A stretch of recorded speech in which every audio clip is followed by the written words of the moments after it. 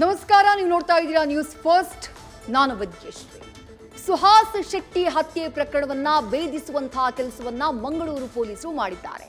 ಫಾಜಿಲ್ ಹತ್ಯೆಯ ಪ್ರತೀಕಾರಕ್ಕಾಗಿ ಈ ಕೊಲೆ ನಡೆಯಿತು ಅನ್ನುವುದು ಸದ್ಯ ಸ್ಪಷ್ಟವಾಗಿದೆ. ಮತ್ತೊಂದು ಕಡೆ ಸುಹಾಸ್ ಶೆಟ್ಟಿಯ ಪೋಷಕರು ಕೂಡ ನ್ಯೂಸ್ ಫಸ್ಟ್ ಜೊತೆ ಮಾತನಾಡಿದ್ದಾರೆ. ಅದೆಲ್ಲದರ ಡೀಟೇಲ್ಸ್ ನೋಡ್ತಾ ಹೋಗೋಣ. ಅದಕ್ಕೂ ಮೊದಲು ಈ ಕ್ಷಣದ ಹೆಡ್ಲೈನ್ಸ್. ರಾಮನಗರದ ಹಾರೋಹಳ್ಳಿಯಲ್ಲಿ ಹಾಡಹಗಲೇ ರೌಡಿ ಶೀಟರ್ ಬರ್ಬರ ಹತ್ಯೆ. ಬೈಕ್ಗೆ ಕಾರು ಗುದ್ದಿ ಮಾರಕಾಸ್ತ್ರಗಳಿಂದ ಕೊಚ್ಚಿ ಸಂತೋಷ್ ಕೊಲೆ. ಅಟ್ಯಾಕ್ ದೃಶ್ಯ ಸಿಸಿಟಿವಿಯಲ್ಲಿ ಸೆರೆ. ಹಿಂದೂ ಕಾರ್ಯಕರ್ತ ಸುಹಾಸ್ ಶೆಟ್ಟಿ ಮರ್ಡರ್ ಕೇಸ್. ಅಬ್ದುಲ್ ಸಫಾನ್ ಕೊಲೆಯ ಪ್ರಮುಖ ಆರೋಪಿ.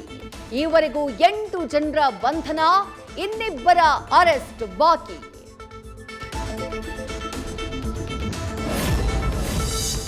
ಫಾಜಿಲ್ ಕೊಲೆಗೆ ಪ್ರತೀಕಾರ ತೀರಿಸಿಕೊಳ್ಳೋಕೆ ಸಹೋದರನ ಪ್ಲಾನ್.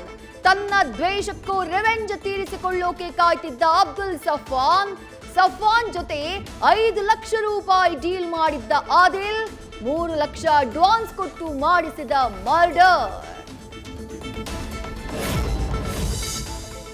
ಸುಹಾಸ್ ಹತ್ಯೆ ಬೆನ್ನಲ್ಲೇ ಮಂಗಳೂರು ಚಿಕ್ಕಮಗಳೂರು ಗಡಿಯಲ್ಲಿ ಭದ್ರತೆ. ಮೂಡಿಗೆರೆ ತಾಲೂಕಿನ ಕೊಟ್ಟಿಗೆಹಾರದಲ್ಲಿ ಬಿಗಿ ಬಂದೋಬಸ್ತ್. ಚೆಕ್ ಪೋಸ್ಟ್ನಲ್ಲಿ ಪ್ರತಿಯೊಂದು ವಾಹನವನ್ನು ತಪಾಸಣೆ ಮಾಡ್ತಾ ಇರೋ ಪೊಲೀಸರು.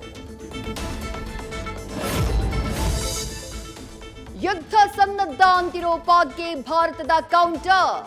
ಯುದ್ಧ ನಡೆದ್ರೆ ನಾವು ರೆಡಿ ಅಂತ ಸಂದೇಶ. ಒಂದೇ ಒಂದು ಫೋಟೋದಿಂದ ಪಾಕ್ ನಾಯಕರಿಗೆ ಕೌಂಟರ್ ಕೊಟ್ಟ ಭಾರತ. ನ್ಯೂಸ್ ಫಸ್ಟ್, ನಿರ್ಭೀತಿಯಿಂದ ನಿಮ್ಮ ಪರವಾಗಿ.